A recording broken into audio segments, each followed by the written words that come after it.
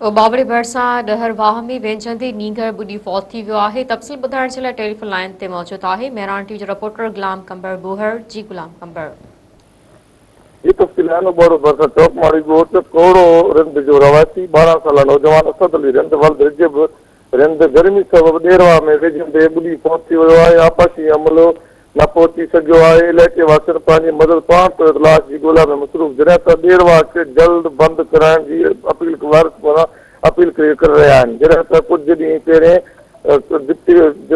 पहिरियों कमिश्नर सखर पारां वाहन ते वेझण ऐं तड़कण लाइ इख़्तिलाफ़ 174 लागू कई वई, पर इंतिज़ामिया जी लापरवाही सबबि हिन टाइम बि जेके मुख़्तलिफ़ जेके नहरूं आहिनि वाह आहिनि उते काफ़ी नंढा मासूम ॿार या जेके नंढा ॿार आहिनि उहे वेझण लाइ तड़कण लाइ गर्मी सबबि उते जेके मौजूदु आहिनि। ॿियो वाक़ियो बि थी सघे थो ऐं उन्हनि जे वासनि जो डिप्टी कमिश्नर घोटी खां मुतालबो आहे त ॾेरवा खे जल्द बंदि कराए ऐं असांखे जेको नेवी जी जेको टीम मोकिली वञे जेको असांजी नींदर जी ॻोल्हा जी मदद कई वञे।